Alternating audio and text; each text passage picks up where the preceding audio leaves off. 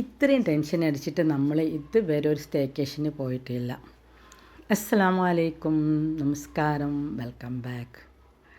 അപ്പോൾ ഇന്ന് നമ്മൾ പോകുന്നത് മിസ്റ്റി ഗ്രീൻ ഹിൽസിലുള്ള ഡോമിലേക്ക് സ്റ്റേക്കേഷന് വേണ്ടിയിട്ടാണ്. മുന്നേ നമ്മൾ നോക്കിയിട്ടുണ്ടായിരുന്നു, ഇപ്പോഴും നമുക്ക് കിട്ടിയിട്ടില്ല. വീക്കെൻഡൊന്നും ആകുമ്പോൾ അവിടെ ഒഴിവുണ്ടാവാറില്ല. അപ്പോൾ കാനഡയിൽ നിന്ന് ഏതായാലും മോള് വന്നിട്ടുണ്ടായിരുന്നു. അപ്പോൾ ചെറിയ ആൾക്കും ലീവ് കിട്ടിയപ്പോൾ നമ്മളന്ന് രാവിലെ ഒന്ന് വിളിച്ചു നോക്കിയതാണ്. രാവിലെ വിളിച്ചപ്പോൾ അവർ പറഞ്ഞ് ഒഴിവുണ്ടെന്നാൽ വന്നോളിന്നാണ്. അങ്ങനെ ചടപടാന്ന് പറഞ്ഞിട്ടുള്ള ഒരു റെഡിയാവലായിരുന്നു. ആക്ച്വലി അന്ന് മഴയൊക്കെ ഉണ്ട്, ചെറുതായിട്ട് നമ്മൾ യെല്ലോ അലർട്ടും ആയിരുന്നു. പക്ഷെ പിന്നെ അത്ര കാര്യമാക്കിയില്ല. പോകുമ്പോഴും അത്യാവശ്യം ഒരു മഴയൊക്കെ ചില ഭാഗങ്ങളുണ്ടായിരുന്നു, മലപ്പുറം ഏരിയ ഭാഗത്തൊക്കെ ഉണ്ടായിരുന്നു. അങ്ങനെ മോളൊക്കെ മറ്റേ മഴയൊക്കെ കണ്ട് ഇങ്ങനെ ആസ്വദിക്കുന്ന പോലെ ഇങ്ങനെ സൈഡിലൊക്കെ നിന്ന് ഞങ്ങൾ അങ്ങനെ പോയി. അപ്പോൾ മിസ്റ്റി ഗ്രീൻ ഹിൽസിൽ എത്തിയപ്പോഴും അവിടെ ചെന്നപ്പോൾ ഒരു ഉയർന്ന സ്ഥലമല്ല, കുറച്ച് കയറ്റമൊക്കെ കയറി അങ്ങോട്ടേക്ക് പോകാനുണ്ട്. അവിടെ എത്തിയപ്പോഴും കുറച്ച് കാറ്റും പിന്നെ ഒരു എന്താ പറയുക, അത്യാവശ്യം ചാറ്റൽ മഴയുണ്ടായിരുന്നു. ഇതൊരു പാർക്കാണ് കേട്ടോ. ഈ പാർക്കിലേക്ക് എൻട്രി ഫീസ് എന്ന് പറഞ്ഞു കഴിഞ്ഞാൽ 50 രൂപയാണ്. പിന്നെ നല്ലൊരു പൂളും ഉണ്ട്, നല്ല വ്യൂ ആണ് നോക്കാനും താഴത്തേക്ക് കാണാനൊക്കെ ആയിട്ട് നല്ല ഭംഗിയായിട്ട് തന്നെ അവരത് അറേഞ്ച് ചെയ്ത് ഉണ്ടാക്കി വെച്ചിട്ടുണ്ട്. അങ്ങനെ ഞങ്ങൾ അവിടെ എത്തി. എന്താണെന്ന് വെച്ച് കഴിഞ്ഞാൽ നമ്മൾ ഉച്ച സമയം ഏകദേശം ഒരു ഉച്ച സമയത്താണ് നമ്മൾ ഇറങ്ങിയത്. ഫുഡ് ഉണ്ടാക്കി കയ്യിലെടുത്തിട്ടാണ് ഇറങ്ങിയത്, ഫുഡ് കഴിക്കാൻ നിന്നില്ല. കാരണം 2 മണിയാകുമ്പോഴേക്കും അങ്ങോട്ട് എത്തണ്ടേ എന്നുള്ളതിൽ. എന്നാലും 2 മണിയൊക്കെ കഴിഞ്ഞിട്ടാണ് എത്തിയത്. അവിടെ വലിയ ഒരു ഡോമും ചെറിയൊരു ഡോമാണുള്ളത്. വലിയ ഡോമാണ് നമ്മൾ ബുക്ക് ചെയ്തിട്ടുണ്ടായിരുന്നത്. അതിന് വീക്ക് ഡേയിൽ പിന്നെ 5000, വീക്കെൻഡ് ആകുമ്പോൾ 5500 പിന്നെ നമ്പർ 2 1, 2 അങ്ങനെ 2 നമ്പറാണ് പറഞ്ഞത്. അത് ഒന്നിന് 4500, പിന്നെ എന്താ പറയുക വീക്കെൻഡിലാകുമ്പോൾ 5000 ഉണ്ടാവുക. വലിയ ഡോമിൽ ബങ്ക് ബെഡൊക്കെ ഉള്ള വലിയതായിരുന്നു, നമ്മൾ അതാ ബുക്ക് ചെയ്തിട്ടുണ്ടായിരുന്നത്. പക്ഷേങ്കിൽ പിന്നെ അവിടെ എത്തുന്നവരെ പ്രശ്നമൊന്നും അവർ പറഞ്ഞില്ല. പിന്നെ അവർ നമ്മൾക്ക് തുറന്ന് തരാൻ സമയത്ത് നോക്കിയപ്പോൾ ചെറുതായിട്ട് എന്തോ ഒരു മിസ്റ്റേക്ക് ഉണ്ട്. കാരണം നല്ല മഴയൊക്കെ പെയ്തിട്ട് ചെറുതായിട്ട് എന്തോ സൈഡിൽ വെള്ളം വന്നു അങ്ങനെ പറഞ്ഞത്. നല്ല നന്നായിട്ട് ഉണ്ടാക്കിയിട്ടുണ്ട്. നല്ല ബാത്റൂമൊക്കെ തന്നെ നല്ല സ്പേഷ്യസ് ആയിട്ടുള്ള ബാത്റൂമൊക്കെയാണ്. നമ്മൾ പുറത്തുനിന്ന് കാണുമ്പോഴേക്കും അത്ര വലിപ്പമൊന്നും ഇല്ലയെന്ന് വെച്ചാൽ പിന്നെ ഇൻറ്റീരിയർ ആണെങ്കിലും ലൈറ്റ് സെറ്റിംഗ് ആണെങ്കിലും ഒക്കെ നന്നായിട്ട് അവർ ചെയ്ത് വെച്ചിട്ടുണ്ടായിരുന്നു. അങ്ങനെ പിന്നെ നല്ല വ്യൂ ആണ് ഒരു ഭാഗത്ത്. ഇങ്ങനെ വലിയ ഡോമിൽ എന്ന് പറഞ്ഞു കഴിഞ്ഞാൽ പുറത്തേക്ക് നല്ല വ്യൂ ഒന്നും കൂടെ ഉണ്ടായിരുന്നു. അതുകൊണ്ടാണ് നമ്മളത് സെലക്ട് ചെയ്തതും. പിന്നെ ഇതിന് നമ്മൾ എക്സ്ട്രാ ബെഡിന് നമ്മൾ ഇതിന് കൊടുക്കേണ്ടത് 500 വെച്ചിട്ട് പെർ ഹെഡ് നമ്മൾ കൊടുക്കണം. അങ്ങനെ നമ്മളവിടെ എത്തി. ഒരു 4 മണിയൊക്കെ കഴിഞ്ഞു നമ്മൾ ഫുഡൊക്കെ കഴിക്കാനായപ്പോഴേക്കും നമ്മൾ ഫുഡ് കൊണ്ടുവരുന്നു. അങ്ങനെ ഫുഡൊക്കെ കഴിച്ച് കുറച്ച് നേരം പുറത്തുകൂടെയൊക്കെ നടന്ന് പുറത്തൊക്കെ കാഴ്ചകളൊക്കെ കണ്ടു നടന്ന്. പിന്നെ ഇവിടുത്തെ ഹൈലൈറ്റ് എന്ന് പറഞ്ഞത് ഇൻഫിനിറ്റി പൂളാണ് കേട്ടോ. അപ്പോൾ പൂളിൽ നമുക്ക് സ്ലോട്ട് എടുക്കണം. ഒന്ന് നമുക്ക് വൈകിട്ടും കിട്ടും, ഒന്ന് നമുക്ക് രാവിലെയും കിട്ടും. അങ്ങനെ 2 സ്ലോട്ട് നമുക്കൊരു പിന്നെ ഡേക്ക് നമ്മൾ സ്റ്റേക്ക് കിട്ടും. നല്ല ഭംഗിയുള്ള പൂളാണ്.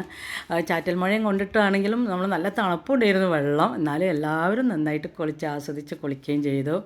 അങ്ങനെ പുറത്ത് പിന്നെ എന്താ പറയുക, മഴയും ഒരു കോട ഇറങ്ങിയതുകൊണ്ട് നല്ല വ്യൂ ഒന്നും നമുക്ക് അങ്ങനെ കാണില്ല. ഇടയ്ക്കിടയ്ക്ക് ഇങ്ങനെ ഈ കോട നീങ്ങിപ്പോവും. അപ്പോൾ നമുക്കിങ്ങനെ താഴത്തേക്ക് കാണാം. പിന്നെ അതേപോലെ കോട തിരിച്ചു വരികയും ചെയ്യും. അങ്ങനെയായിരുന്നു.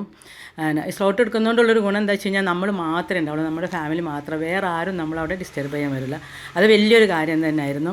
പിന്നെ നമുക്കൊരു 6 മണിയായപ്പോഴേക്കും അവർ ഫുഡ് പിന്നെ എന്താ വേണ്ടെന്ന് നമ്മളോട് ഓർഡർ ചെയ്ത് പിന്നെ വരുത്തിത്തരാമെന്ന് പറഞ്ഞു. അപ്പം നമ്മൾ ഷവായും അൽഫാമും അങ്ങനെ കുറച്ച് സാലഡ്സും പൊറോട്ട കുബൂസ് അങ്ങനെ കുറച്ച് സാധനങ്ങൾ ഓർഡർ ചെയ്തു. അതൊക്കെ കറക്റ്റായിട്ട് വന്നിരുന്നു. നല്ല ടേസ്റ്റുള്ള ഫുഡും ആയിരുന്നു.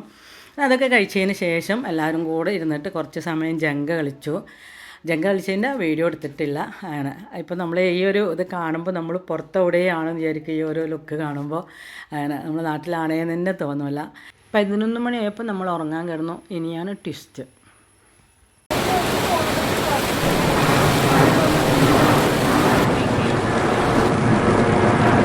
ഞങ്ങളെ വീഡിയോ ആ സൗണ്ട് കേട്ടത് മഴയുടെ ഒറിജിനൽ സൗണ്ടായിരുന്നു. അത് മോൾ ചെറിയൊരു ക്ലിപ്പ് എടുത്തിട്ടുണ്ടായിരുന്നതാണ്. പക്ഷെ അതിൻ്റെയൊക്കെ എത്രയോ ഇരട്ടിയായിരുന്നു നമുക്ക് ഫീൽ ചെയ്തത്. അതായത് ചരൽ വർഷം എന്നൊക്കെ പറയില്ല, അങ്ങനെ ചരൽ ഈ ഡോമും വന്നിട്ട് ഈ മഴ ഇങ്ങനെ ഭയങ്കര അത്ര ശക്തി എടുക്കൊണ്ട് ചരൽ വർഷം മാതിരിയാണ് നമുക്ക് ഫീൽ ചെയ്തിരുന്നത്. പിന്നെ കാറ്റും, പിന്നെ അതിൻ്റെ പുറമേ ആണെങ്കിൽ ഫ്ലൈറ്റ് ലാൻഡ് ചെയ്യാൻ പറ്റാത്തതുകൊണ്ട് മഴ കാരണം ഇടിമുഴക്കം പോലത്തെ അതിൻ്റെ മുകളിലും.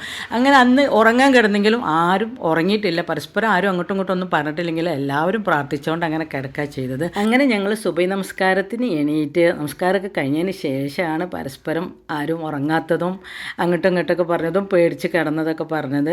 അപ്പോഴേക്കും മഴ ഏകദേശം ശാന്തമായി തുടങ്ങിയിരുന്നു. ബെഡ് കോഫി എത്തി, അതവർ കൊണ്ടുത്തന്നിട്ടുണ്ടായിരുന്നു. അതൊക്കെ കുടിച്ച് പുറത്തെ കാഴ്ചകളൊക്കെ ഞങ്ങളിങ്ങനെ കണ്ട് അങ്ങനെയാണ് കാക്കു അപ്പോൾ ന്യൂസ് ഇടുമായിരുന്നു.